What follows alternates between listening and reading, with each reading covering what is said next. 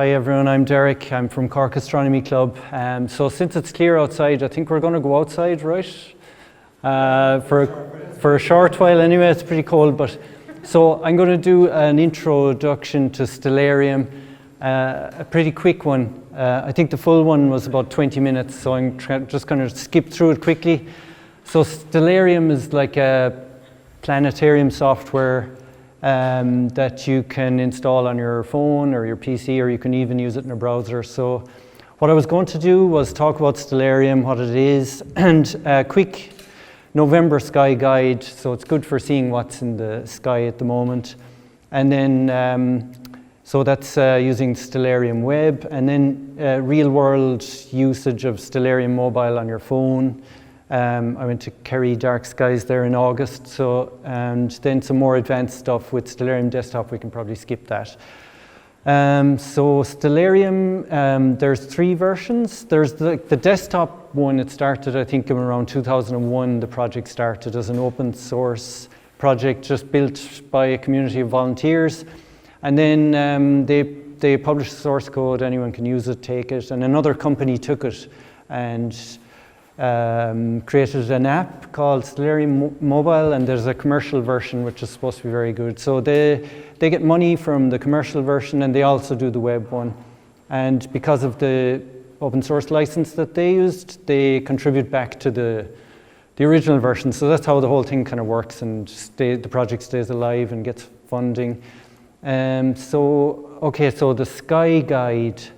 So I'm going to use Stellarium Web here and some screenshots from Stellarium Web to show what's in the sky in November. So this is Stellarium Web. This is what it looks like. You can just go to stellariumweb.com, I think, or something like that, and you can run it in your browser. You don't need to install anything, and it's like Google Maps for the sky. It's actually really good. It's good for kind of just finding out what's up now and things like that. So at the moment, if you were coming in here earlier, you probably saw Jupiter. It's really bright in the sky at the moment, and Mars as well is very prominent, and Saturn is probably, it's pretty low in the southwest now, but maybe it's still visible. And what you can do in Stellarium Web as well is you can kind of switch on the constellation labels and the outlines so you can see what constellations. So right now you have the winter constellations of Orion, and if you have a dark sky, you can even still see the Milky Way a bit in the west, setting the summer Milky Way. So they're the planets, and here's what they look like. Well, not look like in a telescope. It would be not as sharp as that, but their relative sizes. So Jupiter is very big. Mars and Saturn are about 1/3 the size, and Uranus looks like this tiny little icy little icy golf ball in a telescope. So I'll skip that one.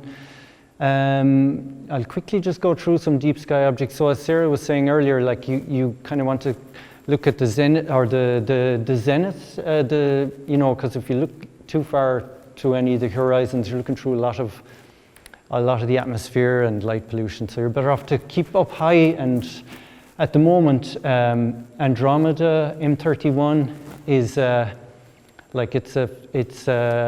probably famous. Probably everyone knows it. It's the one of the furthest things you can see with your naked eye, and you can use Stellarium Web to find it, to star hop, to pick out like the square of Pegasus and Andromeda and find it. And that's what it looks like. That was actually taken with the 135mm lens, the same one. Oh yeah, that one. The same lens as that one, around this time last year. And if you look in binoculars, you'll see something like that. So it's easy to find because it's quite bright.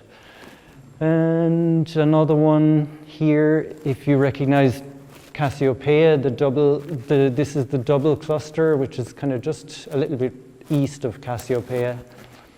And that's what that looks like. It's great to look at through binoculars.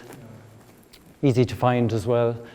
And maybe I'll skip this one. This is more of a kind of a deep sky object. It was made famous recently because James Webb Space Telescope published a picture of this one. And actually, I think I don't know if this is going to work. No, it's not. Oh, wait. Oh, yeah, the video. So there's Pegasus. And you can see the mouse pointer there. Stefan's quintet is roughly there, and you can zoom in. This is Stellarium Web. You can kind of keep zooming in, zooming in, zooming in until you find stuff. There's another galaxy there, which is called Mini Andromeda or Little Andromeda, NGC 7331, I think.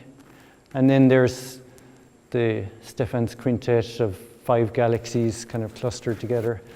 So that's with Stellarium Web. You can kind of zoom in. Here's another object which actually we'll look at in a minute. We'll actually use Stellarium there quickly to find it. Maybe I'll come back to it actually after it. And also satellites. Actually, there was a talk in Cork Astronomy Club on satellites there on Monday. And Stellarium Web actually shows all the satellites, which was really surprising. You can see all the Starlinks and everything. So that was Stellarium Web, and Stellarium Mobile. It's like you put it on your phone, and you can hold your phone and like go around the sky and see what's around. So I used it last August. I went to Kerry. I brought a tent, my Canon camera, a Samyang 14mm f2.8 lens, a tripod, no tracker, and Stellarium Web.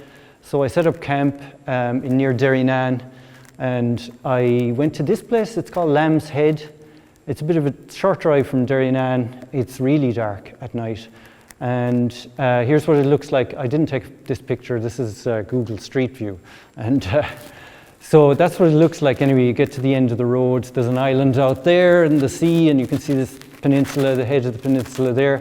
So I got Stellarium Web, and I just kind of held it like that. And I wanted to take a wide field picture of the Milky Way with the wide angle lens. So you can see, like, I could see that the Milky Way was going to be here, moving the phone around during the daytime. You can set the time to midnight. And so the Milky Way was supposed to be here at midnight, coming up from here, just left of this pointy rock, and going straight up. So I set up the camera here, and then here's the end result. This was with the wide angle lens with no tracker. And the island, that's a ship over there that happened to be just passing, unfortunately, and you can see like green air glow and everything there. So it's, what I wanted to kind of say is it's a useful tool for like positioning yourself for if you're taking a trip away somewhere and you want to know what's happening at a particular time at night or where stuff is. It's kind of useful. That's another one.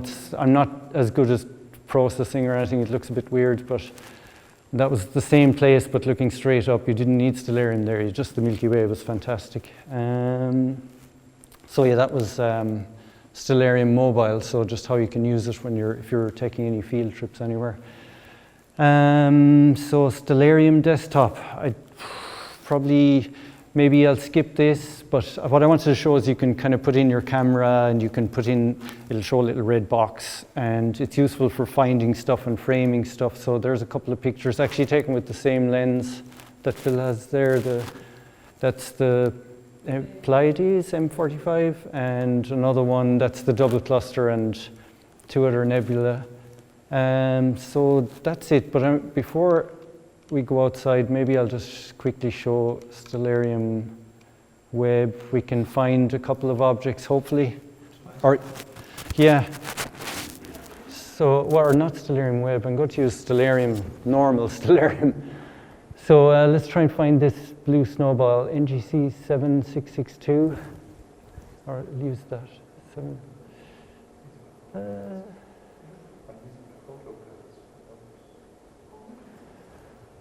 Okay, that's weird. Okay.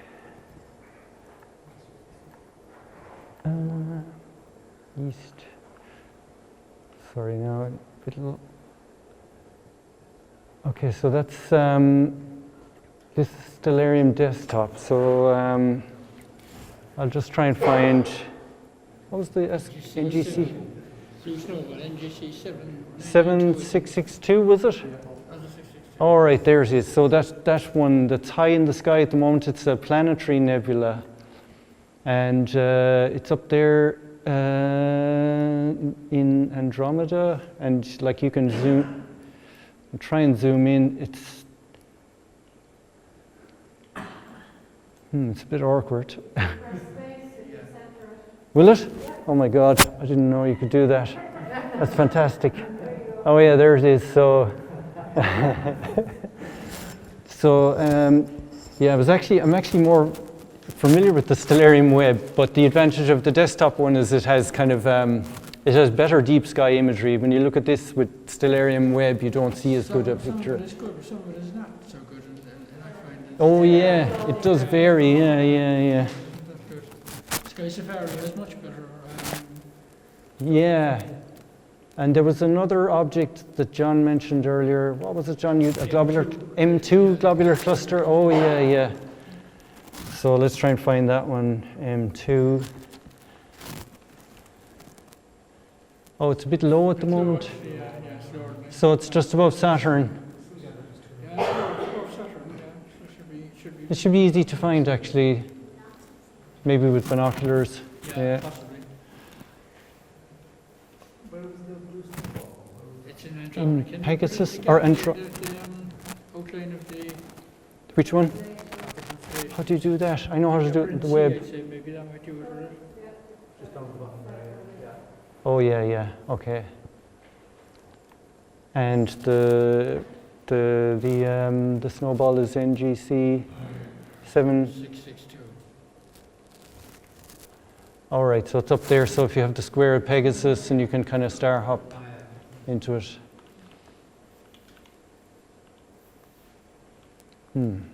All right. So yeah, that's a quick introduction to Stellarium there. So I guess. It has an awful lot of features. You could even go on planet Mars and look at stars from Mars. Really? The way they, All right. Yeah, All you right. can go anywhere in space and look what the view is. It's not just the Saturn. Yeah. All right.